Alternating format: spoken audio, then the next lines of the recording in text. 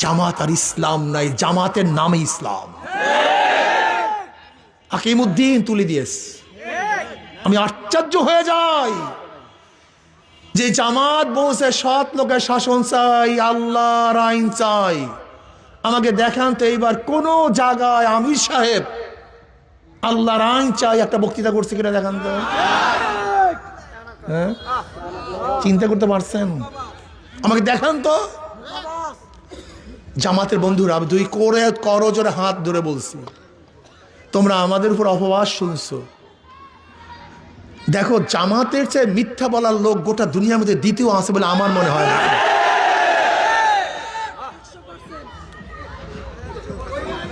বলতে পার কেন? আচ্ছা বলো তো, যখন আমরা জোটে ছিলাম, নির্বাচনের জোটে ছিলাম, এখনো সিট ভাগ হয়।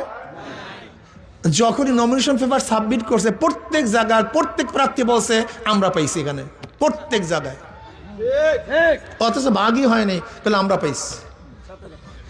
এরকম ঢাকা কাঁচা মিথ্যা বলার লোক গোটা দুনিয়াতে আছে বলে আমার জানা নেই। এই দেখবে এখন কি বলছে, 400 কোটি টাকা চরমনে হুজুররা বিএনপি থেকে পাইয়া তারপরে এই করছে। তার মানে আমরা যখন 400 কোটি টাকা লেনদেন করছি, তাদের একজন লোক ছিল, কি কথা কয় না, বা চেকটা সে দেখছে। আপনি তাদেরকে বলেন, ভাই যে লেনদেন করছে ছবিটা দেখান, যেহেতু আপনি ছিলেন, অথবা যে চেকে লেনদেন রয়েছে চেকের নাম্বারটা দেন। আল্লাহ আমাদের মাফ করে দেন। শোনেন, আমি স্পষ্ট বলছি, ভালো মতো লিখে রাখেন।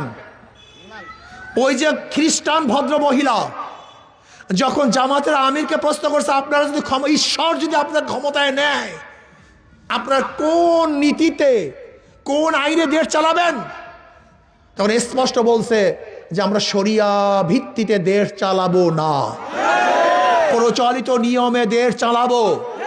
এবং ব্যাখ্যাকারী স্পষ্ট বলছে যে হ্যাঁ, আমির সাহেব বলেছেন আমরা প্রচলিত আইনে দেশ পরিচালনা করব।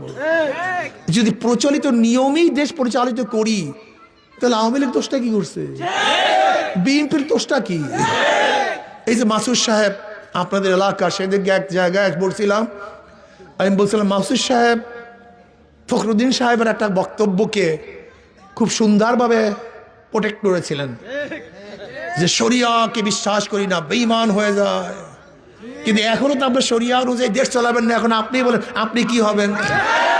এই প্রশ্ন আপনার কাছে। প্রিয় ভাইরা আমার, আমি বুঝি না জামাতের আমির সাহেব এক জায়গায় দেখলাম যে পুরুষ বন্ধুরা যান, মহিলা বন্ধুরা আসেন, আমরা বৈষম্য দূর করব। আচ্ছা আমাকে বলেন তো, মহিলা এবং পুরুষের মধ্যে বৈষম্য করছে কে? এই পর্দার বিধান কে করছে? এখন আমরা যদি বলি বৈষম্য দূর করবো, আসেন, ইমানের অবস্থা কি আমি জানি না। এই মুফতিয়ানে কেরাম আসেন, আপনার ফতুয়া দেবেন আমি জানি না, কিন্তু আমি জানি না বাবা। ক্ষমতার কপালে পিসা মারি, ঝাঁটা মারি না। নূহ আলাইহিস সালাতু ওয়াস সালাম 950 বছর মাত্র 40 জন মানুষ এক রওয়ায়াতে হেদায়েত করেছেন, অন্য রওয়ায়াতে মাত্র 70 জন, কোন এক রওয়ায়াতে 80 জন। তার নবুয়াতের কোনো কমতি হয় নাই। ইসলামী আন্দোলন বাংলাদেশ কিয়ামত পর্যন্ত যে একটা সিট না পায়, কোরআন ও সুন্নাহর বাইরে যাবে না, যেতে পারে না ইনশাআল্লাহ।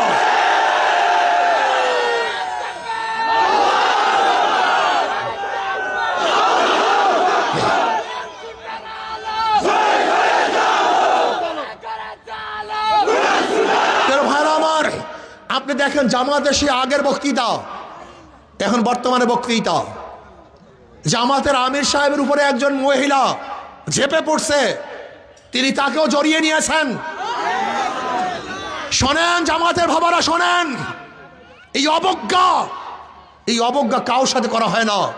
আপনার উচিত ছিল ভুল স্বীকার করা, কিন্তু আপনি ভুল স্বীকার না করে তাকে যোদ্ধার মা, জাতির মা, এই ব্যাখ্যা দিয়ে এবং কোরআন ও হাদিসের খেলাফ করেছেন, উল্টা করেছেন। এই ব্যাখ্যা ঠিক হয় নাই। আপনার উচিত ছিল, আবেগে হয়ে গেছে, কিন্তু ব্যাখ্যা দেওয়ার কোনো সুযোগ নাই, এটা ভুল।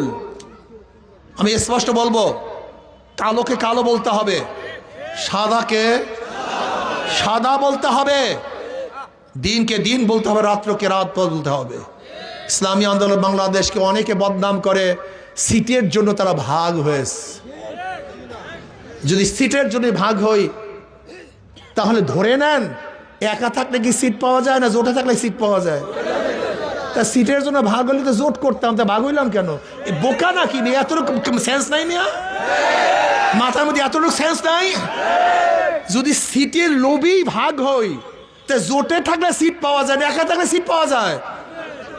কথা বলেন না কেন? তা আমরা একা হইলাম কেন? না, আমরা জোটের থেকে ভাগ হয়ে সিটের জন্য নয়, ইসলামের জন্য, শরিয়ার জন্য, কোরআন ও সুন্নাহর জন্য। মানুষকে বোকা বুঝাও, বোকা বুঝাও মানুষকে। আমরা কোরআন ও সুন্নাহর জন্য আলাদা হয়েছি, ইসলামের জন্য আলাদা হয়েছি। ক্লিয়ার কাট কথা।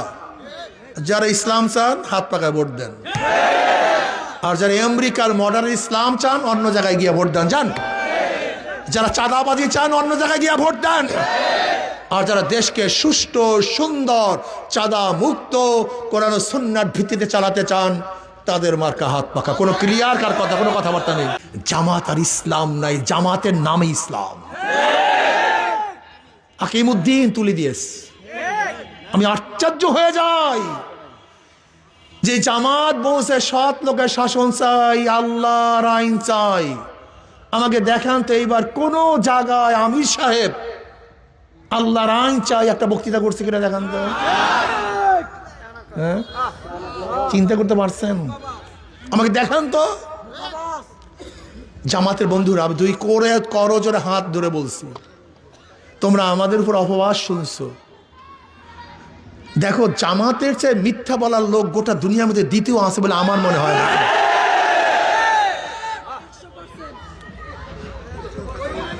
বলতে পার কেন? আচ্ছা বলো তো, যখন আমরা জোটে ছিলাম, নির্বাচনের জোটে ছিলাম, এখনো সিট ভাগ হয়। যখনই নমিনেশন পেপার সাবমিট করছে প্রত্যেক জায়গায় প্রত্যেক প্রার্থী বলছে আমরা পাইছি এখানে, প্রত্যেক জায়গায়, অথচ ভাগই হয়নি, তাহলে আমরা পাইছি।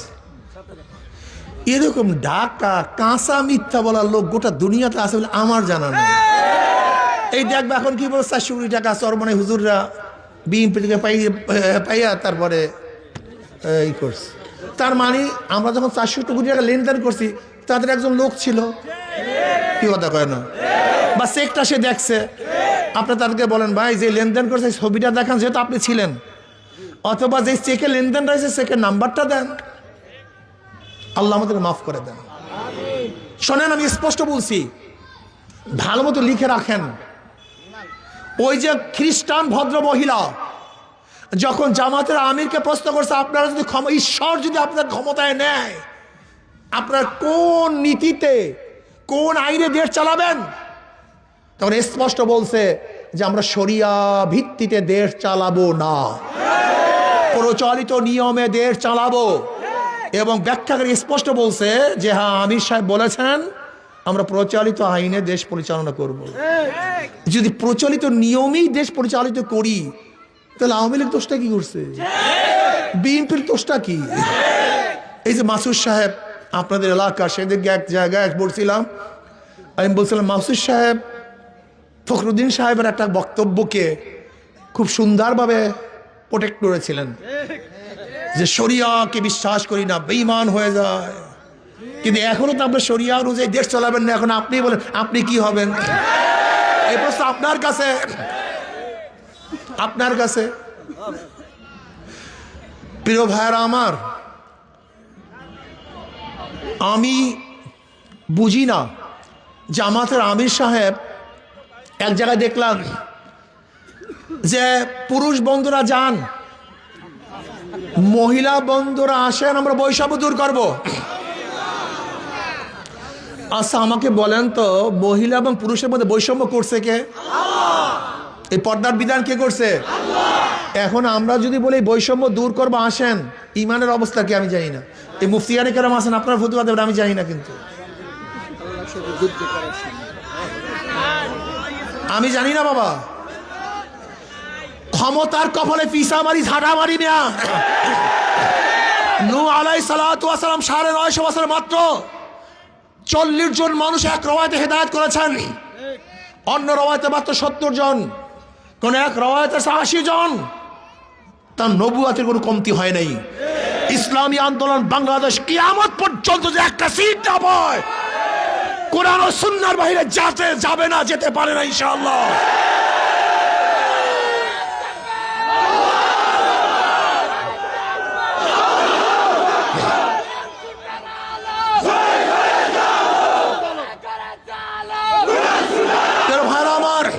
আপনি দেখেন জামাতের সেই আগের বক্তৃতা, এখন বর্তমানে বক্তৃতা। জামাতের আমির সাহেবের উপরে একজন মহিলা ঝেপে পড়ছে, তিনি তাকেও জড়িয়ে নিয়েছেন। শোনেন জামাতের বাবারা, শোনেন, এই অবজ্ঞা কারোর সাথে করা হয় না। আপনার উচিত ছিল ভুল স্বীকার করা, কিন্তু আপনি ভুল স্বীকার না করে তাকে যোদ্ধার মা, জাতির মা এই ব্যাখ্যা দিয়ে এবং কোরআন ও হাদিসের খেলাফ করেছেন, উল্টা করেছেন। এই ব্যাখ্যা ঠিক হয় নাই। আপনার উচিত ছিল, আবেগে হয়ে গেছে, কিন্তু ব্যাখ্যা দেওয়ার কোনো সুযোগ নাই, এটা ভুল। আমি স্পষ্ট বলবো, কালোকে কালো বলতে হবে, সাদাকে সাদা বলতে হবে, দিনকে দিন বলতে হবে, রাত্রকে রাত বলতে হবে। ইসলামী আন্দোলন বাংলাদেশকে অনেকে বদনাম করে সিটের জন্য তারা ভাগ হয়েছে।